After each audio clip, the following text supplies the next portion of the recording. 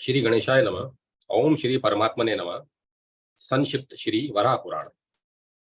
Coca मुख बद्री क्षेत्र का महात्म्य। पृथ्वी बोली, भगवन, आपने जिन तीर्थों के महात्म्य का वर्णन किया है उन्हें मैं सुन चुकी। अब मैं यह जानना चाहती हूँ कि आप सगुण साकार विग्रह धारण कर सदा किस क्षेत्र में सुशोभित होते हैं, जहाँ आपका उत्तम कर्म संपादन कर श्रेष्ठ गति प्राप्त की जाए। भगवान वराह कहते हैं, देवी कोकामुख तीर्थ का नाम तो मैं तुम्हें पहले बता ही चुका हूँ, जो गिरिराज हिमालय की तलहटी में स्थित है। इसके अतिरिक्त दूसरा लोहारगल नाम का एक स्थान है, जिसे मैं एक क्षण भी नहीं छोड़ता। ऐसे तो ज्ञान की दृष्टि से चर अचर सारा जगत मुझसे व्याप्त है और कोई भी स्थान मुझसे रिक्त नहीं, किंतु जो लोग मेरी गूढ़ गति को जानना चाहते हैं वे मेरी आराधना में लगने की इच्छा से यथाशीघ्र कोकामुख जाने का प्रयत्न करें। धरणी ने पूछा, जगत प्रभो, जब आप सर्वत्र रहते हैं तो आप कोकामुख क्षेत्र को ही कैसे श्रेष्ठ बतलाते हैं? भगवान वराह कहते हैं, वसुंधरे, कोकामुख क्षेत्र से बढ़कर कोई भी स्थान मेरे लिए श्रेष्ठ पवित्र उत्तम या प्रिय नहीं है। जो व्यक्ति कोकामुख क्षेत्र में पहुंच गया वह पुनः इस संसार में जन्म नहीं पाता। कोकामुख क्षेत्र के समान दूसरा कोई स्थान न हुआ न आगे होगा। वहां मेरी मूर्ति का गुप्त रूप से निवास है। पृथ्वी बोली, देवेश्वर, आप सर्वोपरि देवता हैं। भक्तों को अभय प्रदान करना आपका स्वाभाविक गुण है। अब इस कोकामुख क्षेत्र में जितने गोपनीय स्थान हैं उन्हें मुझे बताने की कृपा कीजिए। भगवान वराह कहते हैं, देवी, जहां इसमें मुख्य पर्वत से सदा जल की बूंदें भूमि पर गिरती हैं, उस स्थान को जल बिंदु तीर्थ कहते हैं। वहां पृथ्वी पर मूसल की तुलना करने वाली पर्वत से एक धारा गिरती है, जिसका नाम विष्णु धारा है। जो वहां मात्र एक दिन रात उपवास कर यत्न पूर्वक स्नान करता है, उसे 1000 अग्निष्टोम यज्ञों के अनुष्ठान करने का फल प्राप्त होता है और उसकी बुद्धि में कर्तव्य निर्धान में कभी व्यामोह नहीं होता। फिर अंत में वह विष्णु धारा के तट पर ही मरने का सौभाग्य प्राप्त कर नित्य मेरी इस मूर्ति का दर्शन करता रहता है। इसमें कोई संशय नहीं। इस कोकामुख क्षेत्र में एक विष्णु पद नाम का स्थान है। वसुंधरे, वहां भी मेरी मूर्ति है, किंतु इस रहस्य को कोई नहीं जानता।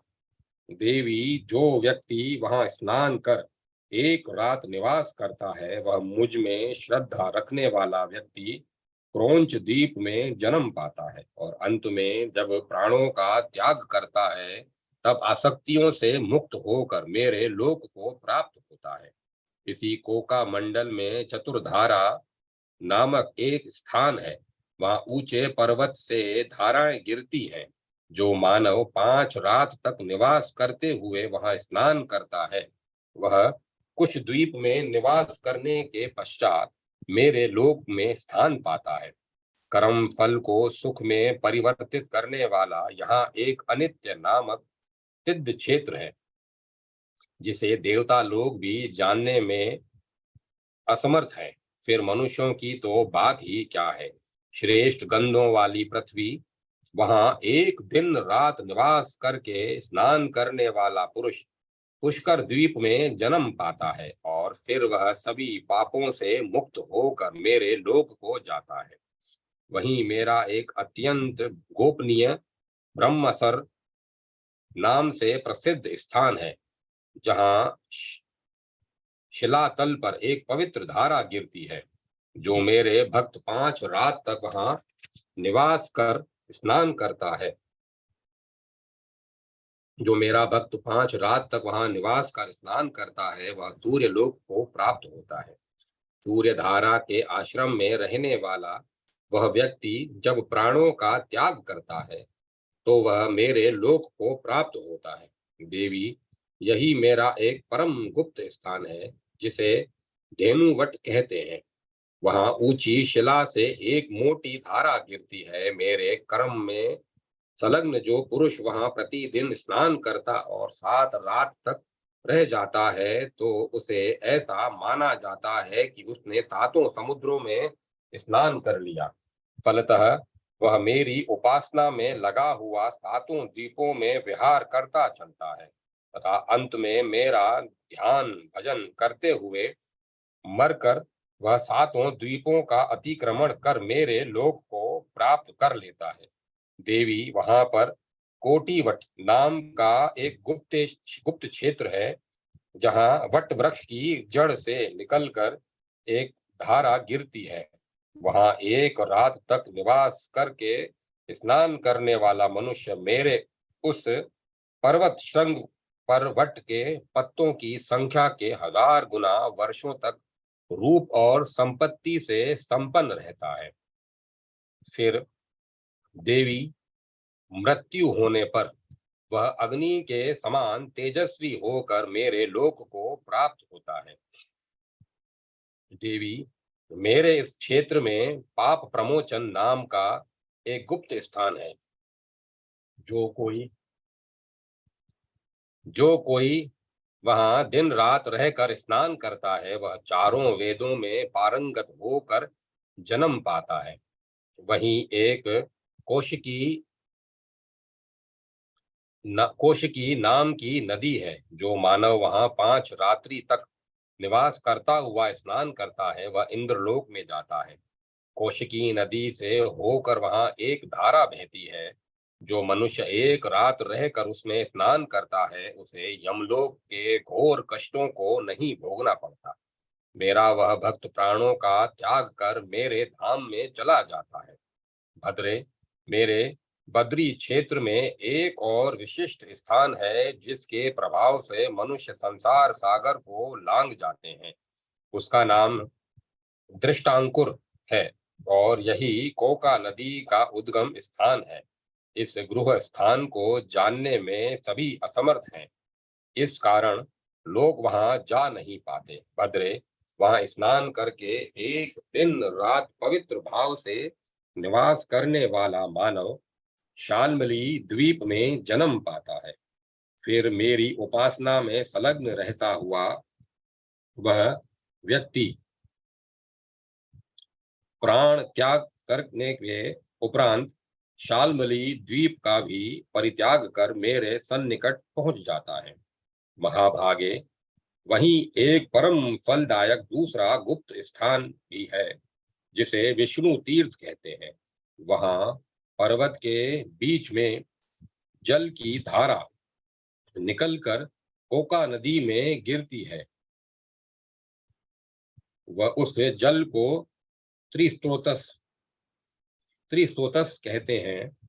यह संपूर्ण संसार से मुक्त कराने वाला है। पृथ्वी देवी, वहां स्नान करने वाला मनुष्य संसार के बंधन को काट कर वायु देवता के लोक को प्राप्त होता है और वायु का स्वरूप धारण करके ही वह वहां निवास करता है। फिर मेरी उपासना में संलग्न रहता हुआ वह व्यक्ति जब प्राणों का त्याग करता है, तब उस लोक से चलकर मेरे लोक में पहुंच जाता है।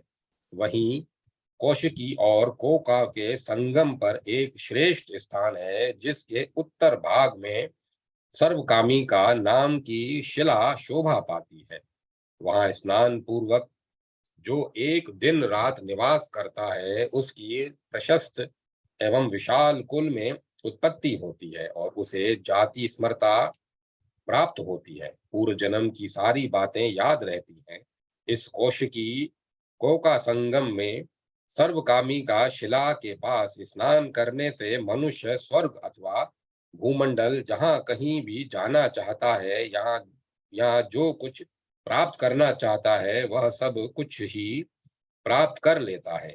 मेरी आराधना में तत्पर रहने वाला मानव उस स्थान पर प्राणों के परित्याग करने के बाद मेरे करने के बाद सब प्रकार की आसक्तियों से मुक्त हो करके मेरे लोक में चला जाता है।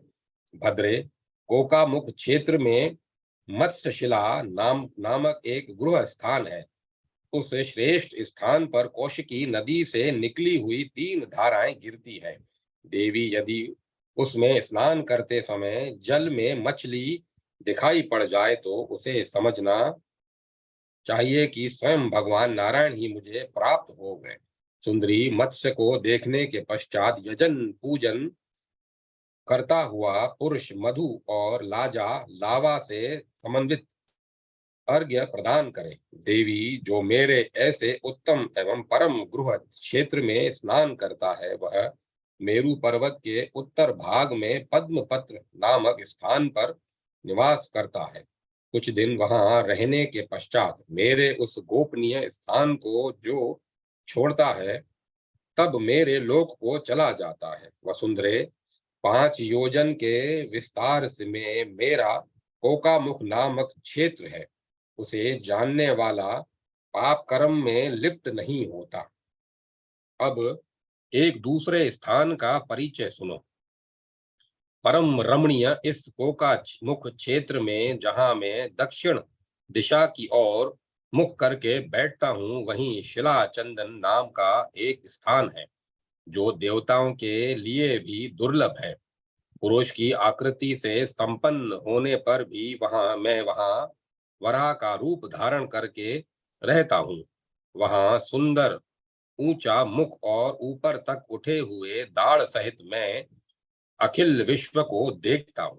देवी, जो मेरे प्रेमी भक्त मुझे स्मरण करते हैं तथा मेरे उपास्य कर्मों में रत रहते हैं, उनके पापों का सर्वथा नाश हो जाता है। अतः वे पवित्र आत्मा पुरुष संसार बंधन से छूट जाते हैं। यह महत्वपूर्ण कोका मुख स्थान गृहों में भी परम गृह है और सिद्धों के लिए परम सिद्धि प्रदाता है। साधक पुरुष सांख्य योग के प्रभाव से जिस महान सिद्धि को प्राप्त नहीं कर पाते, वही सिद्धि कोकामुख क्षेत्र में जाने पर सहज सुलभ हो जाती है। वसुंधरे, यह रहस्य मैं तुम्हें बता चुका। महाभागे, तुम्हारे प्रश्न के उत्तर में मैंने श्रेष्ठ स्थानों का वर्णन कर दिया। अब तुम अन्य कौन सा प्रसंग सुनना चाहती हो?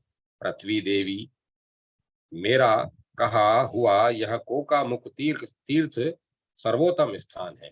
जो वहां जाकर दर्शन स्नान आदि करता है, वह अपने 10 पूर्व के पुरुषों को और 10 आगे होने वाले कुटुंबियों को तार देता है।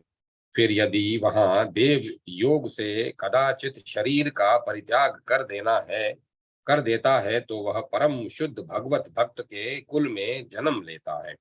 उसका मन एकमात्र मुझ में लगता है और वह मेरे धर्म का प्रचारक होता है। जो मानव प्रातः काल उठकर इसका सदा श्रवण करता है, वह शरीर त्यागने के पश्चात मेरे लोक में जाता है। उसके 500 जन्मों के सब पाप मिट जाते हैं और वह मेरा प्रिय भक्त हो जाता है। जो प्रातः काल इस उपाख्यान को नित्य पढ़ता है, उसे मेरा उत्तम स्थान प्राप्त होता है, इसमें कोई संशय नहीं। अध्याय 140 समाप्त। बद्री का आश्रम का महात्म्य। भगवान वराह कहते हैं, वसुंधरे, उसी हिमालय पर्वत पर एक अत्यंत गृह स्थान है जो देवताओं के लिए भी दुर्लभ है।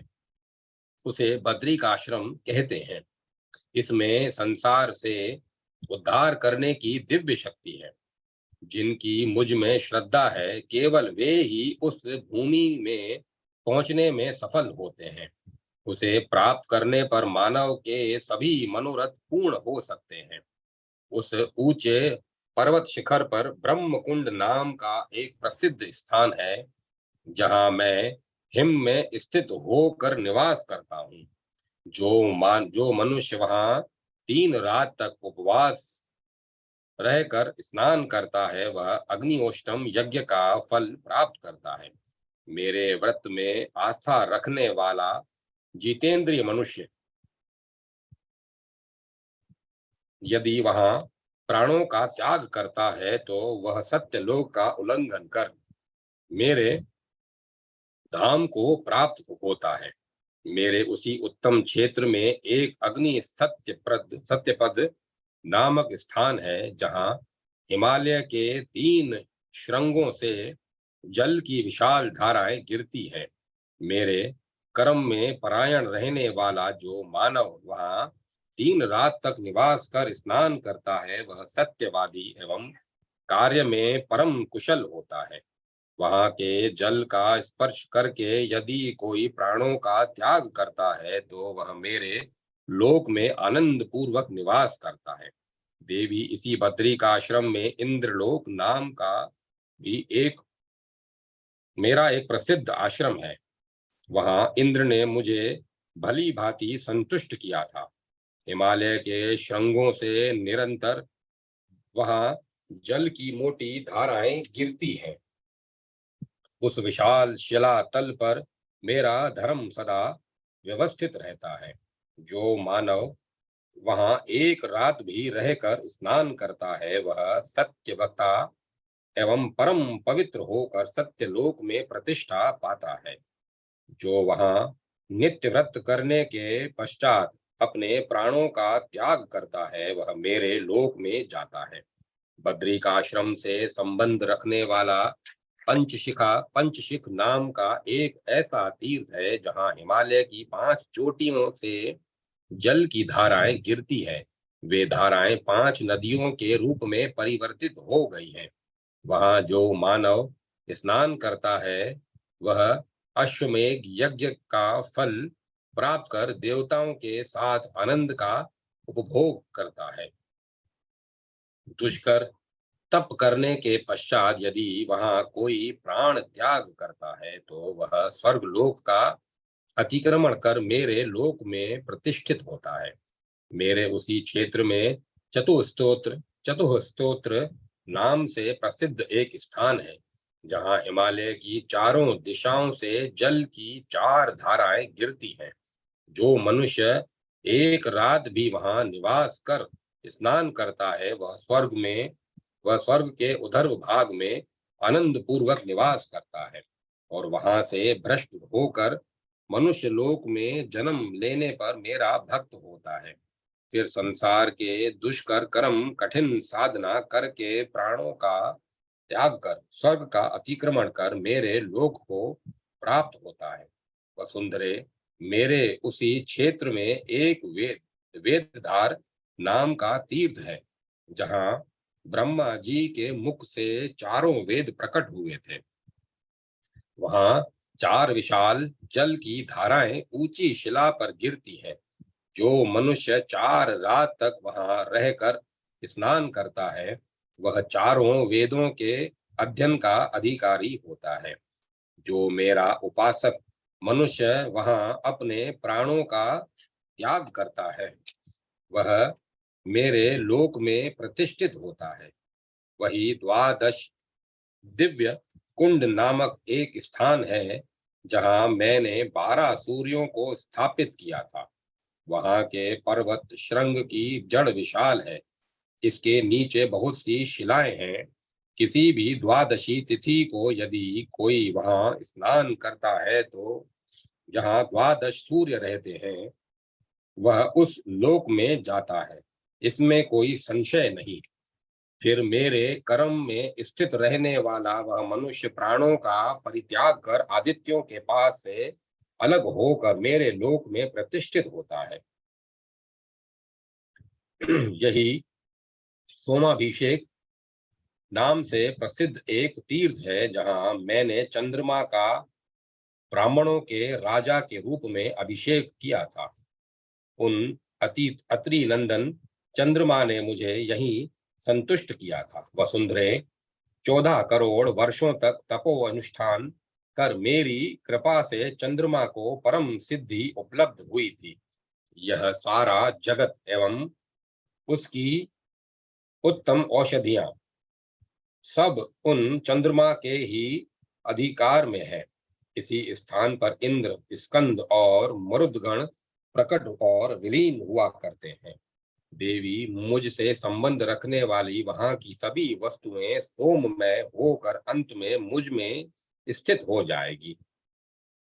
वहां सोमगिरी नाम से प्रसिद्ध एक ऐसा स्थान है जहां भूमि पर कुंड में एवं विशाल वन में भी जल की धाराएं गिरती हैं। देवी, यह मैं तुम्हें बता चुका। जो मानव 3 रात तक वहां रहकर स्नान करता है वह सोमलोक को प्राप्त कर आनंद का उपभोग करता है। इसमें कुछ भी संशय नहीं। देवी, फिर अत्यंत कठोर तप करने के बाद जब उसकी मृत्यु होती है तो वह चंद्रलोक का उल्लंघन कर मेरे लोक को प्राप्त करता है। देवी, मेरे इसी बद्रिकाश्रम क्षेत्र में उर्वशी कुंड नामक एक गुप्त क्षेत्र भी है, जहाँ उर्वशी नाम की अप्सरा मेरी दाहिनी जंघा को विदीर्ण कर प्रकट हुई थी। देवी, देवताओं का कार्य साधन करने के लिए मैं यह वहां निरंतर तप करता रहता हूँ, पर मुझे कोई नहीं जानता। मैं स्वयं ही अपने आप को जानता हूँ। वहां मेरे तपस्या करते हुए बहुत वर्ष बीत गए, किंतु इंद्र, ब्रह्मा एवं महेश्वर आदि देवता भी यह रहस्य न जान सके। देवी, बद्रिकाश्रम में तप का फल सुनिश्चित है, अतः स्वयं मैंने भी वहां रहकर बहुत वर्षों तक तपस्या की है। पृथ्वी देवी, वहां पर मैं 10 करोड़ 10 अरब तथा 10 कई पद्म वर्षों तक तप करने में तत्पर रहा। उस समय मैं ऐसे गुप्त स्थान में था कि देवता लोग भी मुझे देख न सके, अतः उन्हें महान दुख हुआ और वे अत्यंत विस्मय में पड़ गए। वसुंधरे, मैं तो तप में संलग्न था और सभी को देख रहा था, किंतु मेरी योग माया के प्रभाव से आवृत होने के कारण उन सभी को मुझे देखने की शक्ति न थी। तब उन सब देवताओं ने ब्रह्मा जी से कहा, पितामह, भगवान विष्णु के बिना जगत में हमें शांति नहीं मिल रही है। तब देवताओं की बात सुनकर लोक पितामह ब्रह्मा मुझसे कहने के लिए उद्यत हुए। देवी, उस समय मैं योग माया के पट के भीतर छिपा था, अतः उन्हें दर्शन न हो सका। अतएव देवता, गंधर्व, सिद्ध और ऋषिगण परम प्रसन्न होकर मेरी स्तुति करने के लिए चल पड़े। इंद्रादि सभी देवता वहां मेरी प्रार्थना करने लगे। उन्होंने स्तुति की, नाथ, आपके दर्शन से हम सब महान दुखी एवं उत्साहहीन हैं। नाथ, आपके अदर्शन से हम सब महान दुखी एवं उत्साहहीन हैं। हमसे कोई भी प्रयत्न होना शक्य नहीं है। ऋषिकेश, आप महान अनुग्रह करके हमारी रक्षा कीजिए। बड़ी आंखों से शोभा पाने वाली पृथ्वी देवताओं की इस प्रार्थना पर मैंने उन पर कृपा दृष्टि डाली। मेरे देखते ही वे परम शांत हो गए। यह उसी उर्वशी तीर्थ की विशेषता है। उस उर्वशी कुंड में जो मानव 1 रात भी रहकर स्नान करता है वह संपूर्ण पापों से मुक्त हो जाता है, इसमें कोई संशय नहीं। वह उर्वशी लोक में जाकर अनंत समय तक क्रीड़ा करने का अवसर प्राप्त करता है। देवी, मेरी उपासना में परायण रहने वाला जो मानव वहां प्राणों का त्याग करता है वह समस्त पापों से मुक्त होकर सीधे मुझ में ही लीन हो जाता है। वसुंधरे, इस बद्री का आश्रम का पुण्य जहां जहां रहकर स्मरण किया जाए वहीं विष्णु के स्थान की भावना जाग उठती है। ऐसा करने वाला मानव फिर संसार में नहीं आता।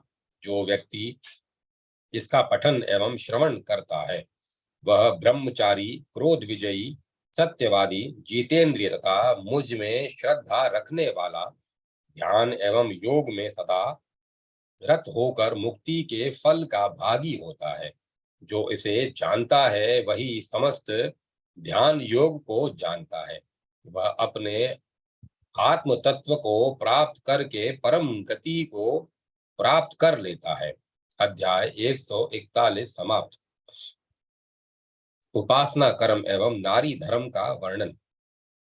पृथ्वी बोली, माधव, मैं आपकी दासी आपसे यह प्रार्थना करती हूँ कि स्त्रियों में प्राण और बल बहुत थोड़ा होता है। वे अनशन करने या क्षुधा के वेग को सहन करने में प्राय असमर्थ होती है।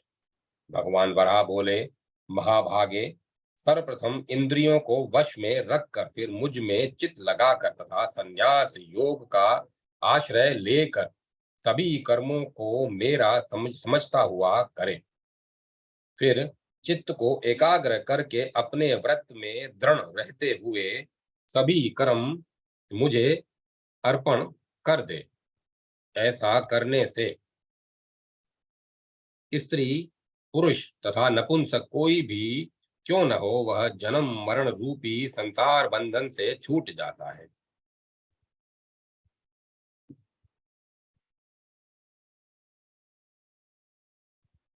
अथवा परम गति पाने की इच्छा हो तो ज्ञान रूपी संन्यास योग का आश्रय ग्रहण करें।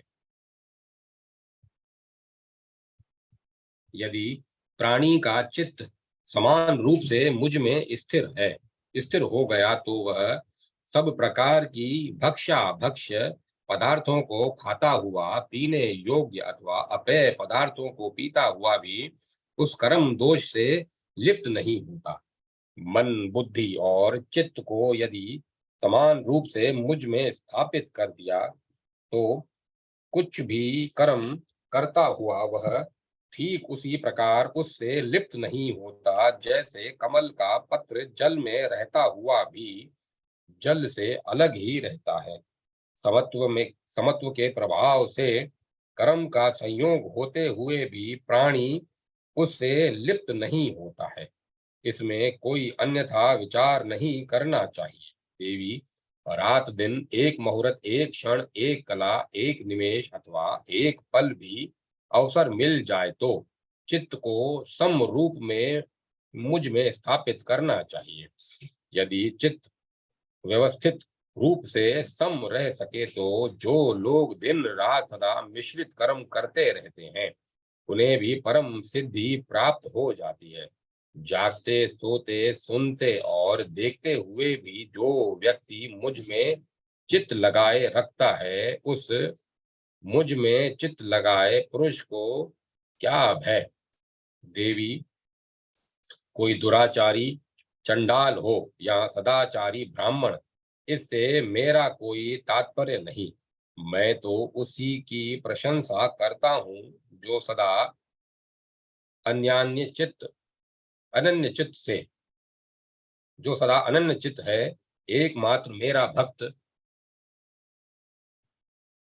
एकमात्र मेरा भक्त है, जो संपूर्ण धर्मों के ज्ञानी पुरुष ज्ञान रूपी संस्कार से पवित्र होकर मेरी उपासना करते हैं। मेरे कर्म में तत्पर रहने वाले उन व्यक्तियों का चित्त सदा मुझ में लगा रहता है। जो लोग अपने हृदय में पूर्ण रूप से मुझे स्थापित करके कर्मों का संपादन करते हैं, वे संसार के कर्मों में लगे रहने पर भी सुख की नींद सोते हैं। देवी, जिनका चित्त परम शांत है, वे मेरे प्रिय पात्र हैं। कारण वे अपने शुभ अथवा अशुभ जो भी कर्म है उन सब को मुझ में अर्पण करके निश्चिंत रहते हैं। देवी, जिनका चित्त सदा चंचल रहता है, वे अधम मानव दुखी हो जाते हैं। चंचल चित्त ही प्राणी का वास्तविक शत्रु है और शांत चित्त उसके मोक्ष का साधन है। अतएव वसुंधरे, तुम चित्त को मुझ में लगा दो। ज्ञान और योग का आश्रय लेकर मन को एकाग्र करती हुई तुम मेरी उपासना करो। जो निरंतर मुझ में चित्त लगाकर अपने व्रत में निश्चित रहता हुआ मेरी उपासना करता है, वह मेरे सानिध्य समीपता को प्राप्त कर अंत में मुझ में ही लीन हो जाता है। वसुंधरे, पुनः दूसरी बात बताता हूँ, सुनो। ज्ञान का चित्त से संबंध है और क्रिया का योग से। ज्ञानी पुरुष कर्म के प्रभाव से मेरे स्थान को प्राप्त कर लेते हैं। तो योग के सिद्ध पारगामी पुरुष भी वहीं जाते हैं। मेरे मार्ग का अनुसरण करने वाले मानव ज्ञान योग एवं सांख्य का चित्त में चिंतन न होने पर भी परम सिद्धि पाने के अधिकारी हो जाते हैं। देवी, ऋतु काल उपस्थित होने पर मुझ में श्रद्धा रखने वाली स्त्री का कर्तव्य है कि वह 3 दिनों तक निराहार रहे। उसे वायु के आहार पर समय व्यतीत करना चाहिए। चौथे दिन ग्रह संबंधी कार्यों को संपन्न करे। उस समय अन्य स्थानों पर जाना निषिद्ध है। सर्वप्रथम सिर धोकर स्नान करे, फिर निर्मल श्वेत वस्त्र धारण करे। वसुंधरे, चित्त पर अपना अधिकार रखकर जो स्त्री मन और बुद्धि को सम रखकर कर्म करती है, वह सदा मेरे हृदय में निवास करती है। भोजन की सामग्री को मेरा नैवेद्य मानकर ग्रहण करना चाहिए। भूमि, इंद्रियों को वश में रखकर चित्त को एकाग्र करे और तब संन्यास योग की साधना करनी चाहिए। स्त्री पुरुष या नपुंसक जो कोई भी हो, उन्हें नित्य ऐसा करना ही चाहिए। ज्ञान रहते हुए भी मेरे कर्म के संबंध में जो योग की सहायता नहीं लेते और सांसारिक कार्यों में जीवन व्यतीत करते हैं, ऐसे मानव आज तक भी मेरे विषय में अनभिज्ञ हैं। देवी, वे सांसारिक मोह में लिप्त होते नहीं। वे सांसारिक मोह में लिप्त मुझे नहीं जानते। उनमें माता पिता पुत्र और स्त्री, ये सैकड़ों एवं हजारों मोह की श्रृंखलाएं हैं जिनमें वे चक्कर काटते रहते हैं और मुझे नहीं जान पाते। मोह और अज्ञान से ढका हुआ यह संसार अनेक प्रकार की आसक्तियों में बंधा है। इससे मनुष्य मुझ में चित्त नहीं लगा पाता। मृत्यु के समय ये सभी साथ छोड़कर इस संसार से पृथक पृथक स्थान पर चले जाते हैं। फिर सब अपने अपने कर्मों के अनुसार जन्म पाते हैं। पृथ्वी देवी, संसार के मोह में पड़े हुए प्राय सभी मानव अज्ञानी ही बने रहते हैं। इसी में उनका पूरा समय बीत जाता है। पुनः उनके पुनर्जन्म होंगे और मृत्यु भी, किंतु मेरे सानिध्य में मेरे सानिध्य के लिए कोई यत्न नहीं करता। वसुंधरे, यह सब संन्यास योग का विषय है। जिसके जिसे इसके रहस्य का ज्ञान हो जाता है, वह सदा योग में लगकर संसार बंधन से मुक्त हो जाता है। इसमें संशय नहीं। जो मानव प्रातः काल उठकर निरंतर इसका श्रवण करता है, उसे पुष्कल सिद्धि प्राप्त हो जाती है और अंत में वह मेरे लोक को प्राप्त होता है। अध्याय 142 समाप्त। मंदार की महिमा का निरूपण। भगवान वराह कहते हैं, सुंदरी, गंगा के दक्षिण तट पर तथा विंध्य पर्वत के पिछले भाग में मेरा एक परम गृह एकांत स्थान है, जिसे मेरे प्रेमी भक्त मंदार नाम से पुकारते हैं। देवी, वही त्रेता युग में राम नाम से प्रसिद्ध एक महान प्रतापी पुरुष का प्राकट्य होगा। वे वहां मेरे विग्रह की स्थापना करेंगे, इसमें संदेह नहीं। पृथ्वी बोली, देवेश, नारायण आपके धर्म एवं तीर्थ से संयुक्त मंदार नामक जिस स्थान का वर्णन किया है, उस स्थान पर मनुष्यों के लिए कौन से कर्तव्य कर्म है तथा उन मानवों को किन लोकों की प्राप्ति होती है, इसे जानने के लिए मेरे मन में बड़ी उत्सुकता हो गई है। अतः आप विस्तार से इसे बतलाने की कृपा कीजिए। भगवान वराह कहते हैं, देवी, मंदार का रहस्य अत्यंत गोपनीय है। एक बार जब मंदार पर सर्वत्र पुष्प खिले हुए थे और मैं मनोविनोद कर रहा था, तो एक सुंदर पुष्प को मैंने उठाकर अपने हृदय से लगा लिया। तब से विंध्य पर्वत पर स्थित उस मंदार में मेरा चित्त संलग्न हो गया। वसुंधरे 11 कुंड इस पर्वत की शोभा बढ़ाते हैं। सुबह भक्तों पर कृपा करने की इच्छा से मैं उस मंदार नामक वृक्ष के नीचे निवास करता हूँ। विंध्य पर्वत की तलहटी में वह परम सुंदर स्थान अत्यंत दर्शनीय है। उस महान वृक्ष मंदार के एक बड़े आश्चर्य की बात है, वह भी सुनो। वह विशाल वृक्ष द्वादशी और चतुर्दशी तिथि के दिन फूलता है। वहां दोपहर के समय में लोग उसे भली भांति देख सकते हैं, पर अन्य दिनों में वह किसी को दिखलाई नहीं देता। वहां मानव एक समय भोजन करके निवास करता है तो स्नान करते ही उसकी आत्मशुद्धि हो जाती है और वह परम गति को प्राप्त होता है। देवी, उसके उत्तर भाग में प्रापण नाम का एक पर्वत है, जहाँ दक्षिण दिशा से होती हुई जल की 3 धाराएं गिरती हैं। मेरु के दक्षिण शिखर पर मोदन नाम का एक स्थान है और उसके पूरब और उत्तर के बीच में वैकुंठ कारण नाम का एक गृह स्थान है। वहीं हल्दी के रंग की भांति चमकने वाली जल की एक धारा गिरती है।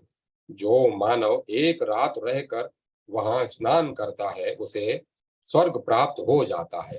वहां जाकर वह देवताओं के साथ आनंद का अनुभव करता है और उसके सभी मनोरथ पूर्ण हो जाते हैं और वह अपने समस्त कुल का उद्धार कर देता है।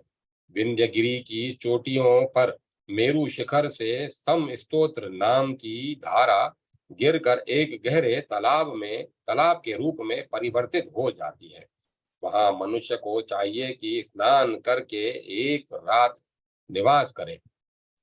ऊंची शिला वाले मेरु पर्वत के पूर्व पार्श्व में रहकर चित्त को सावधान करके जो अपने प्राण का परित्याग करता है उसके संपूर्ण बंधन कट जाते हैं और वह मेरे लोक में चला जाता है। मंदार के पूर्व में कोटर संस्थित नामक स्थान में मूसल की आकृति जैसी एक पवित्र जल की धारा गिरती है। वहां स्नान कर 5 दिन निवास करने से वह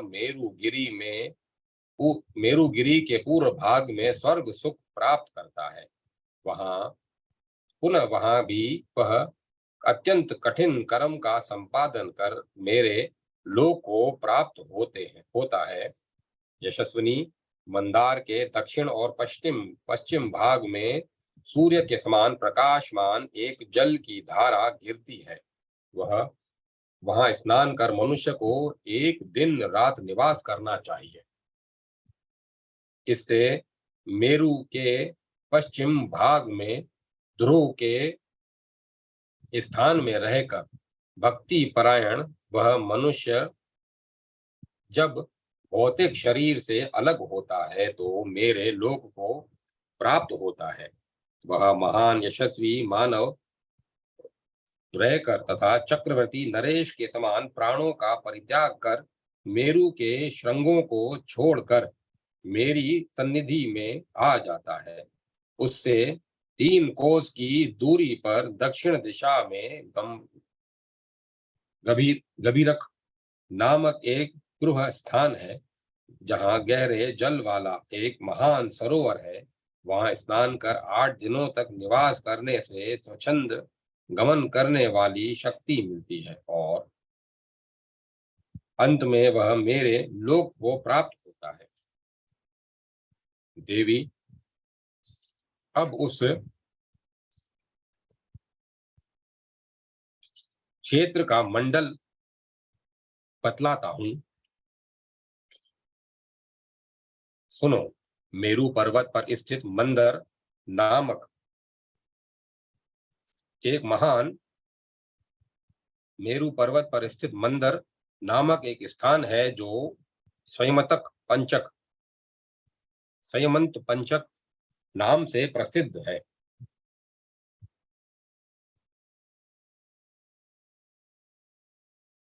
वहां मैं सदा निवास करता हूँ। विंध्य की ऊंची शिला पर हल मूसल और शंख विराजमान रहते हैं। यह गृह रहस्य है देवी। जो मानव मेरी शरण में आ जाते हैं वे ही इस परम पवित्र रहस्य को जानते हैं, अन्य मनुष्य नहीं, क्योंकि मेरी माया ने उनकी बुद्धि को मोहित कर रखा है। अध्याय 143 समाप्त।